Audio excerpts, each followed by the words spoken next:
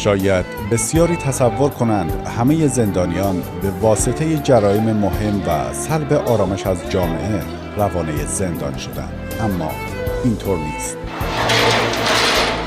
پشت این دیوارهای بلند قلب‌هایی در انتظار تپیدن برای آزادی هستند. زنانی که آرزوی دیدن فرزندشان را دارند و مردانی که دست‌هایشان برای ساختن آینده خانواده‌هایشان بسته شده‌اند.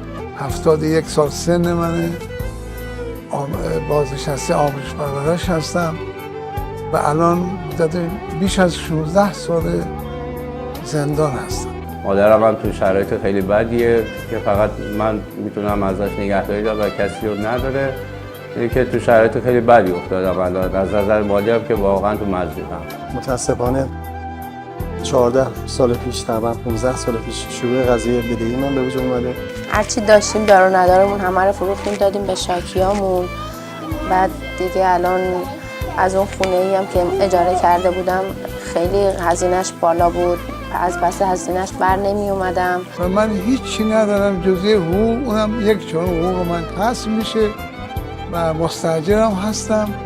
بسیار از نظر مالی وضع اسفناکی دارم. مستاجر هستم ولی توانایی اجاره رم ندارم. هدم الان 5-4 ماه اجاره هدا نیه. آرزوی هر پدری ازدواج بچه‌ش. من هر روز دعا میکنم که بچه‌م به من نگه من کسی رو میخوام.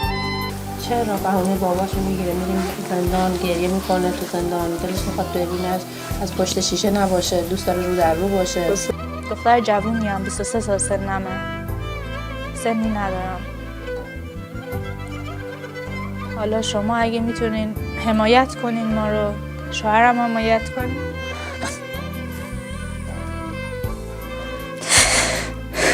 هیچ کس رو ندارم.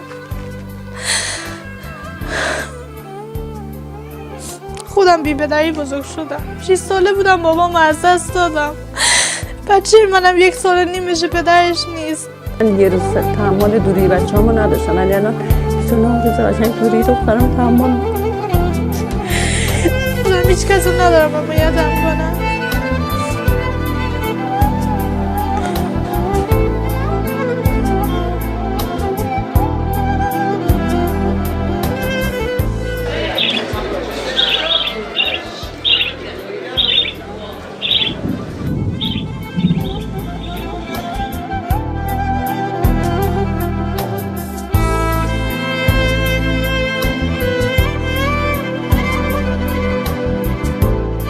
خیر بزرگواری می گفت وقتی می دانم که می توانم فقط با کمکی کوچک کودکی را دوباره به آغوش پدر یا مادرش بازگردانم، این برایم بالاترین هدیه است. شدن سالگرد شهادت احمد آقا طبق صحبت‌هایی که ما با خانواده شهید داشتیم به این نتیجه رسیدیم که قدم محکم برای احمد آقا برداریم.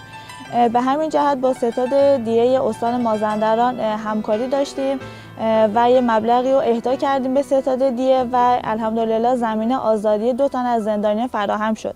پیوندمون با ستاد دیه استان مازندران برقرار شد با مشارکت ستاد دیه که حدود 450 میلیون تومنش رو کانون‌های خدمت رضوی تأمین کردن. خب همنوش وقتی میتونه توانشو داره که بتونه اونو کمک کنه و اینو از این مسئله رهایی بده، خب بهترین حرکت و من هم به نوعی حس میکنم که در وجودم یک آرامش خاصی دارم.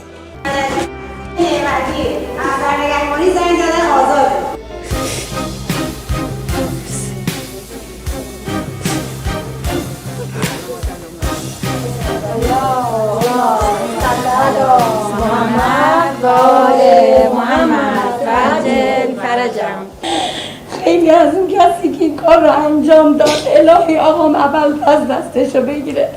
حالا اگر خیرینی هستن که میتونن استطاعتش رو دارن، کسانی رو که غیر عمد اینجا هستن نجاتشون بدن از اینجا، واقعا مردونگی کردن، بهترین ثواب بر کار خیلی که میتونن در حق یه انسان بکنن.